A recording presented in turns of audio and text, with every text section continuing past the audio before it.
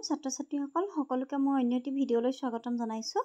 আজি ভিডিঅ'ৰ বিষয়বস্তু হৈছে অষ্টম শ্ৰেণীৰ অসমীয়া পাঠ্যপুথিৰ পাঠ নম্বৰ ৮ শ্ৰী শ্ৰী শংকৰদেৱ নামৰ কবিতাটিৰ প্ৰশ্নোত্তৰসমূহ। আশা কৰোঁ তোমালোকে ভাল পাবা আৰু মোৰ চেনেলটো ছাবস্ক্ৰাইব কৰি ল'বা, কিয়নো ইয়াতে মই অসমীয়াৰ লগতে ইংৰাজী বিষয়ৰ পাঠদানৰ ভিডিঅ' দিওঁ। গতিকে আহাচোন এতিয়া আমি প্ৰশ্নোত্তৰবোৰ চাওঁ।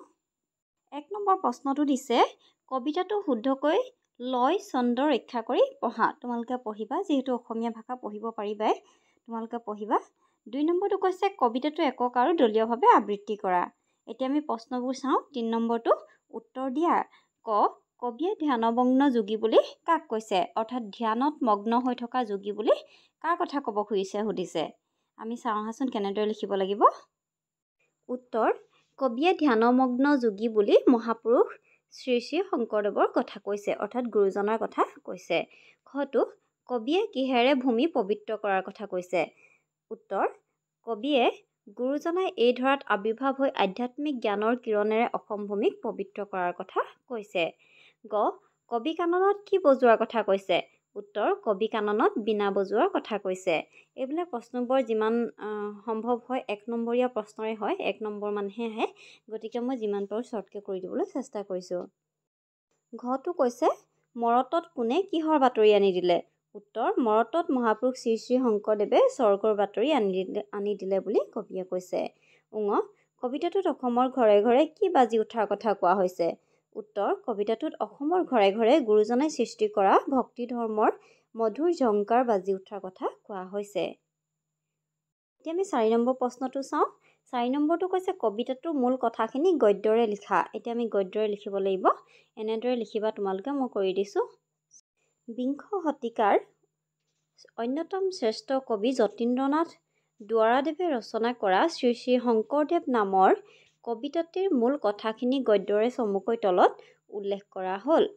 নৱবৈষ্ণৱ ধৰ্ম অথবা এক শৰণ ধৰ্ম প্ৰচাৰ কৰি গুৰুজনাই সাংস্কৃতিক প্ৰমূল্যৰে অসমীয়া সমাজ জীৱনলৈ যি অৱদান আগবঢ়াই গ'ল, তাৰ বাবে তেওঁক কবি যতীন্দ্ৰনাথ দুৱৰাদেৱে অৱতাৰী পুৰুষ আৰু ধ্যানত মগ্ন হৈ থকা যোগী বুলি অভিহিত কৰিছে। লগতে কবিয়ে ক'ব খুজিছে যে গুৰুজনাই আধ্যাত্মিকতাৰ অমিয়া সুৰ স্বৰ্গৰ পৰা বোৱাই আনি অসম ভূমিত ভক্তি ধৰ্মৰ যি বীজ ৰোপণ কৰিলে, সেই বীজে অসমীয়া সমাজক এক নতুন পথৰ সন্ধান দিলে। যিয়ে ধনী দুখীয়া উচ্চ নীচ ভেদাভেদ সকলো আঁতৰ কৰি এক শৰণ নাম ধৰ্মৰ একেডাল জৰীৰে বান্ধি অসমীয়া সমাজখনক ভক্তি তত্ত্বৰ পৰম জ্ঞানেৰে সমৃদ্ধ হৈ মোক্ষ লাভৰ সন্ধান দিলে। মুঠতে কবিতাটিৰ দ্বাৰা কবিজনাই গুৰুজনাৰ অমৰ সৃষ্টিৰাজিৰে ভক্তি ধৰ্মৰ দ্বাৰা কেনেদৰে বিশৃংখল অসমখনক এক সুশৃংখল মাত্ৰা প্ৰদান কৰিছিল তাকে প্ৰতিফলিত কৰিছে। ৫ নম্বৰটো, তলৰ আঁচ টনা শব্দবোৰৰ অৰ্থ সোঁফালৰ বন্ধনীৰ ভিতৰত দিয়া আছে, সেইবোৰৰ শুদ্ধ অৰ্থ বাছি উলিয়াই লিখা। এতিয়া আমি চাম। কটো, কোন দূৰ অতীতৰ ধ্যানমগ্ন যোগী তুমি? ইয়াত ধ্যানমগ্ন বুলি শব্দটোৱে কি বুজাইছে? তন্ময় হ'বনে, বিস্ময় হ'বনে, মহান হ'ব? সেইটো হ'ব তন্ময়। গতিকে এনেদৰে লিখিব লাগিব, তন্ময়। খটো, গোটেই অসম ভূমি বিস্তৃত জীৱনী যাৰ। ইয়াত বিস্তৃত মানে শিপাই যোৱা, নাইকিয়া হোৱা, বিয়পি পৰা। ইয়াত বিস্তৃত মানে হৈছে বিয়পি পৰা। গটো, তোমাৰ গৰিমা গীতি হৃদয়ে হৃদয়ে বাজে। গৰিমা মানে যশস্যা। আৰু ঘটো, স্বৰ্গৰ বাতৰি আনি দিলা দেৱ মৰতত। মৰতত মানে পৃথিৱী, মৰত মানে পৃথিৱী। গতিকে এনেদৰে কৰিবা। এতিয়া আমি ৬টো চাওঁ আহা। ৬টো কৈছে বাক্য ৰচনা কৰা। পবিত্ৰ কৰ্মবীৰ সদাচাৰ ৰীতি নীতি মৰত মধুৰ। এইকেইটা আমি এনেদৰে কৰিব লাগিব। পবিত্ৰ, কীৰ্তনঘোষা শংকৰদেৱে ৰচনা কৰা এখন পবিত্ৰ ধৰ্মপুথি। তোমালোকে ইয়াতে পবিত্ৰটোৰ তলত এডাল আঁচ দিবা। কৰ্মবীৰ, নবীন চন্দ্ৰ বৰদলৈক কৰ্মবীৰ নামেৰে জনা যায়। সদাচাৰ, সদাচাৰ ব্যৱহাৰৰ দ্বাৰাই এজন ব্যক্তিৰ পৰিচয় প্ৰকাশ পায়। অৰ্থাৎ সদ আচাৰ আচৰণৰ পৰাই এজন ব্যক্তিনো কেনেকুৱা হয় তেওঁৰ পৰিচয়টো প্ৰকাশ পায় বুলি কৈছে। ৰীতি নীতি, ৰীতি নীতিসমূহে এখন সমাজ সুশৃংখল হৈ থকাত সহায় কৰে। কিয়নো নীতি নিয়মবোৰ আছে কাৰণে এখন সমাজ বৰ্তি আছে। নীতি নিয়ম থাকিলে গোটেই সমাজখন বিশৃংখল হৈ পৰিব। গতিকে ৰীতি নীতিসমূহে এখন সমাজ সুশৃংখল হৈ থকাত সহায় কৰে। মৰত, গুৰুজনাই নৱবৈষ্ণৱ ধৰ্ম প্ৰচাৰৰ দ্বাৰা মৰতৰ লোকৰ মাজত ভক্তি ধৰ্ম প্ৰচাৰ কৰিছিল। মধুৰ, গুৰুজনাই ৰচনা কৰা বৰগীতসমূহ অতি শ্ৰুতিমধুৰ, মানে শুনিবলৈ শুৱলা। 7 নম্বৰ কবিতাটোৰ পৰা শব্দ আনি খালী ঠাই পূৰ কৰা। এইটো কবিতাটোতে আছেই, তেনেই উজু হয়। ইয়াত আছে মধুৰ, তাৰ পিছৰ শব্দটো কি হ'ব আমি লিখিব লাগিব। মধুৰ ঝংকাৰ তাৰ গভীৰ উদাৰ সুৰে আজিও উঠিছে বাজি অসমৰ ঘৰে ঘৰে। যি বিনৰ সুৰেৰেই প্ৰেম মন্দাকিনী ধাৰা অসীম সাধনা বলে নমালা স্বৰ্গৰ পৰা। তোমালোকে এনেদৰে কৰিবা দেই। আমি 8 নম্বৰটো চাওঁ হা। 8 নম্বৰটো কৈছে প্ৰসংগ সংগতি দৰ্শাই ব্যাখ্যা কৰা। আমি ব্যাখ্যা কৰিব লাগিব। ক নিৰলে বজাই বিনা কোন কবি কাননত স্বৰ্গৰ বাতৰি আনি দিলা দেৱ মৰতত। এইটো ব্যাখ্যা কৰিলে আমি এনেদৰে লিখিব লাগিব। উত্তৰ উক্ত পংক্তি কেইশাৰী আমাৰ পাঠ্যপুথিৰ বনফুলৰ কবিৰূপে খ্যাত যতীন্দ্ৰনাথ দুৱৰাদেৱৰ শ্ৰী শ্ৰী শংকৰদেৱ নামৰ কবিতাটিৰ পৰা তুলি অনা হৈছে। ইয়াৰ দ্বাৰা কবিয়ে গুৰুজনাই কেনেদৰে একান্ত সাধনাৰে কাব্যসমূহ ৰচনা কৰি ভক্তি ধৰ্মৰ দ্বাৰা পৰম জ্ঞানৰ সন্ধান দিছিল সেই কথা বুজাব বিচাৰিছে। গুৰুজনাই এক শৰণ নাম ধৰ্ম প্ৰচাৰৰ উদ্দেশ্যে সাধাৰণ মানুহে বুজিব পৰাকৈ বহুতো গ্ৰন্থ ৰচনা কৰিছিল। অসমীয়া তথা ভাৰতীয় সাংস্কৃতিক জীৱনলৈ তেওঁ যি অৱদান আগবঢ়াই গ'ল তাৰ বাবে তেওঁক মহাপুৰুষ আৰু বা অৱতাৰী পুৰুষ ৰূপে আখ্যা দিয়া হয়।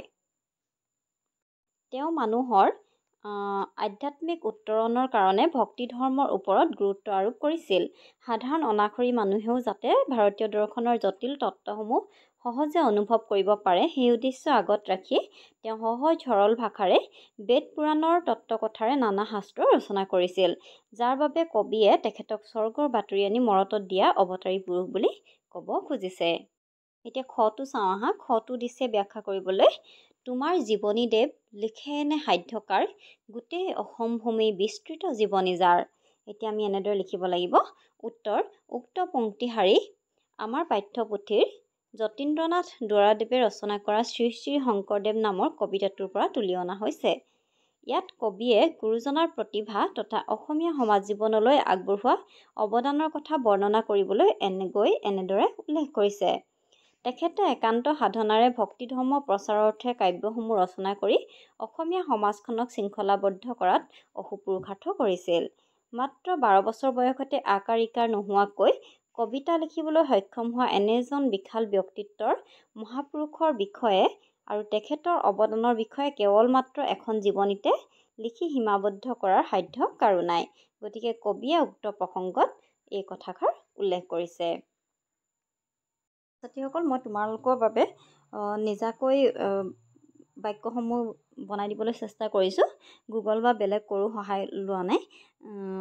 তোমালোকে পাৰিলে যদি আৰু অকণমান ভালদৰে বনাই লিখোঁ বুলি ভাবিছা তেন্তে ইয়াতে আৰু কিছুমান বাক্য ভৰাই দিব পাৰিবা বা ভৰাই দিবা। ইয়াৰ পিছত আছে 9 নম্বৰটো। 9 নম্বৰটো কৈছে শেষৰ ধ্বনি মিল থকা শব্দবোৰ কবিতাটোৰ পৰা বাছি উলিয়াই লিখা। যেনেকৈ এটা উদাহৰণ হিচাপে দি দিছে তুমি, ভূমি। ঠিক তেনেদৰে আমি আৰু লিখিব লাগিব। ধাৰা পৰা, বাজে সাজে বাজে, সুৰে ঘৰে, জ্ঞান দান সদাচাৰ ব্যৱহাৰ। এনেদৰে কৰিব লাগিব। 10 নম্বৰটো চাওঁ আহা। 10 নম্বৰটো আছে স্বৰ্গৰ বাতৰি আনি দিলা দেৱ মৰতত। ইয়াত উল্লেখ কৰা স্বৰ্গৰ বাতৰি কি বুজাই লিখা। ইয়াত স্বৰ্গৰ বাতৰি বুলি গুৰুজনাই প্ৰচাৰ কৰা একশৰণ নাম ধৰ্মৰ কথা কোৱা হৈছে, যি সেই সময়ত বিশৃংখল হৈ থকা অসমীয়া সমাজখনক একতাৰ দোলেৰে বান্ধি আধ্যাত্মিক ক্ষেত্ৰখনত এক নতুন মাত্ৰা প্ৰদান কৰিছিল। এতিয়া আমি খ প্ৰশ্নটো চাওঁ আহা। খটো কৈছে কবিয়ে উল্লেখ কৰা মতে শংকৰদেৱে অসমক কি দান দিলে আৰু কিহক নতুন সাজেৰে সজালে। উত্তৰ কবিয়ে উল্লেখ কৰা মতে মহাপুৰুষ শংকৰদেৱে অসমক ভক্তি ধৰ্ম ভাষা সংস্কৃতি সাহিত্য ৰীতি নীতি সকলো ফালৰ পৰা পুষ্টি দি অসমৰ লোকসকলক আধ্যাত্মিক চেতনাৰ নতুন সাজেৰে সজালে। কত যতনেৰে দেৱ গাঁঠিলা এই মালাধাৰী। ইয়াত কোনে কি মালা গথাৰ কথা কৈছে বুজাই লিখা। ইয়াত শংকৰদেৱে একশৰণ নাম ধৰ্ম প্ৰচাৰ কৰি বেদ উপনিষদৰ শ্লোকেৰে ভক্তিৰ মালা গথা কথা কৈছে। ঘটো শংকৰদেৱে অসমীয়া সমাজৰ পৰা কি কি আঁতৰালে। উত্তৰ শংকৰদেৱে অসমীয়া সমাজৰ পৰা ক্ষুদ্ৰ স্বাৰ্থ ভিন ভাৱ সৰু বৰ ধনী দুখীয়া এনেবোৰ ভাৱ আঁতৰালে, কিয়নো তেওঁৰ নাম ধৰ্মত বিভিন্ন ধৰ্মৰ বিভিন্ন ভাষা ভাষী লোকৰ পৰা আদি কৰি ধনী দুখীয়া একো বিচাৰ নথকাকৈ সকলোৱে অংশগ্ৰহণ কৰিব পাৰিছিলে। গতিকে শংকৰদেৱে এই সকলোবোৰ সমাজ এখনৰ পৰা আঁতৰ কৰাৰ চেষ্টা কৰিছিলে। নম্বৰটো চাওঁ হা। 11 নম্বৰটো কৈছে তলত দিয়া শব্দসমূহৰ সমাৰ্থক শব্দ পাঠৰ পৰা বাছি উলিয়াই লিখা। আমি পাঠৰ পৰাহে লিখিব লাগিব, বেলেগ সমাৰ্থক শব্দ লিখিলে নহ'ব। গতিকে চাওঁ আহাচোন। পৃথিৱী মৰত মৰম আদৰ, সন্যাসী যোগী, অন্তৰ হৃদয়, বাগিচা কানন, গংগা মন্দাকিনী, গৌৰৱ গৰিমা, মিঠা মধুৰ, এনেদৰে লিখিব লাগিব। এতিয়া আমি 12 নম্বৰটো লিখোঁ আহা। 12 নম্বৰটো কৈছে তলত দিয়া শব্দসমূহৰ বিপৰীত অৰ্থ বুজোৱা শব্দ লিখা। অতীত, অতীতৰ বিপৰীত অৰ্থ কি হ'ব? বৰ্তমান, পুণ্য পাপ, প্ৰেম ঘৃণা, পবিত্ৰ অপবিত্ৰ, জীৱন মৰণ আৰু অশেষ শেষ, মানে শেষ নোহোৱা। এতিয়া 13 নম্বৰটো কবিতাটোৰ পৰা বিশেষ্য আৰু বিশেষণ পদবোৰ বাছি উলিয়াই দুখন তালিকা প্ৰস্তুত কৰা। বিশেষ্য পদ কোনবোৰ আছিলে? যিবোৰে নাম বুজায়, নহয় জানো? আৰু বিশেষণবোৰ হৈছে বিশেষ্য পদৰ দুখ, গুণ, ভাল বেয়া, পৰিমাণ আদি যিবোৰে বুজায় সেইবোৰ হৈছে বিশেষণ পদ। গতিকে আমি তেনেদৰে বাছি উলিয়াই লিখিব লাগিব। এইকেইটা মই লিখি দিছিলোঁ। যোগী, বীণা, কানন, মৰদ, মন্দাকিনী, স্বৰ্গ, অসম, ভাষা, দেৱ, বেদ, সাধনা ইত্যাদি এইবোৰে নাম বুজাইছে। আৰু বিশেষণটো হৈছে পুণ্য, পবিত্ৰ, মধুৰ, গভীৰ, অসীম, ক্ষুদ্ৰ, সৰু, বৰ, অৰ্থাৎ সেইবোৰ হৈছে দুখ, গুণ, ভাল বেয়া যিবোৰে বুজাইছে সেইবোৰ হৈছে বিশেষণ পদ। গতিকে এইকেইটা লিখিছোঁ আৰু তোমালোকে পোৱা নেকি চাবাচোন। এতিয়া আমি 14 নম্বৰটো চাওঁ আহা। 14 নম্বৰটো কৈছে যি বিনৰ সুৰেৰে প্ৰেম মন্দাকিনী ধাৰা। এই ধাৰা শব্দটোৰ লগত বেলেগ বেলেগ শব্দ যোগ কৰি বেলেগ বেলেগ অৰ্থ প্ৰকাশ কৰা হয়। তলত তাৰে কেইটামান শব্দ দিয়া হৈছে। এই শব্দকেইটাৰ অৰ্থ অভিধান চাই লিখা। মই কেইটামান অৰ্থ লিখি দিছিলোঁ এনেদৰে। ফল্গু ধাৰা। ফল্গু ধাৰা মানে হৈছে গয়াৰ মাটিৰ তলেৰে বৈ যোৱা নদী বিশেষ। জীৱন ধাৰা অৰ্থাৎ জীৱনৰ গতি বা জীৱন পদ্ধতি। ধাৰাসাৰ একেৰাহে। ধাৰাবাহিক লানি নিচিগাকৈ। ধাৰাভাষ্য একেৰাহে কৈ যোৱা বা মৌখিকভাৱে যেতিয়া বৰ্ণনা কৰা হয় সেইটো ধাৰাভাষ্য বুলি কোৱা হয়। আৰু ধাৰাপাত গণনা আদি পুথি। যেতিয়া আমি প্ৰথম দ্বিতীয় শ্ৰেণীলৈ গৈছিলোঁ নেওতা কিতাপখন যে পাইছিলোঁ তোমালোকৰ মনত আছে চাগে, সেইখনক ধাৰাপাত বুলি আমি অকণি ধাৰাপাত এনেদৰে নাম এটা দিয়া আমি পাইছিলোঁ নহয় জানো। গতিকে গণনা আদি পুথিখনকে ধাৰাপাত বুলি কোৱা হয়। এতিয়া 15 নম্বৰটো চাওঁ আহা। 15 নম্বৰটো কৈছে এটা শব্দত প্ৰকাশ কৰা। কেৱল এজন দেৱতাৰ ওচৰত শৰণ লোৱা, তেতিয়া সেইটো হ'ব এক শৰণ। এজন দেৱতাৰ ওচৰত শৰণ লোৱা অৰ্থাৎ এক শৰণ। বিষ্ণুক ভক্তি কৰে যি, সেইজন হ'ব বৈষ্ণৱ। একে গুৰুৰ শিষ্য হৰি ভকত আৰু সত্ৰ সম্বন্ধীয় সত্ৰীয়া। গতিকে এনেদৰে লিখিবা। এতিয়া আমি 16 নম্বৰটো চাওঁ আহা। 16 নম্বৰটো কৈছে তলত দিয়া জুৰীয়া শব্দকেইটাৰে বাক্য সাজা। কেইটামান শব্দ দিয়া আছে দেখিছা। জয় জয়, কোন কোন, নিজে নিজে, দলে দলে, পাচিয়ে পাচিয়ে। এইকেইটা লৈ আমি এতিয়া বাক্য সাজিব। জয় জয়, ব্যৱসায় কৰাৰ পৰা ৰামৰ ঘৰুৱা অৱস্থা জয় জয় মই হৈ পৰিছে। ইয়াতে জয় জয়টোৰ তলত আঁচ দিবা। কোন কোন, কোন কোন পৰীক্ষা দিবলৈ আহিছিল ক'ব পাৰিবানে? নিজে নিজে, আনৰ ওপৰত নিৰ্ভৰ নকৰি সৰুৰে পৰাই নিজে নিজে কাম কৰিবলৈ চেষ্টা কৰিব লাগে। দলে দলে, বজাৰলৈ দলে দলে মানুহ আহিছে। পাচিয়ে পাচিয়ে, শ্ৰমিকসকলে পাচিয়ে পাচিয়ে মাটি কঢ়িয়াইছে। গতিকে মৰমৰ ছাত্ৰ ছাত্ৰীসকল, আজি পাঠটি ইমানতে শেষ হৈছে। পৰৱৰ্তী পাঠৰ বাবে বা প্ৰশ্নোত্তৰৰ বাবে তোমালোকে মোৰ চেনেলটো ছাবস্ক্ৰাইব কৰি ল'বা। Thank U.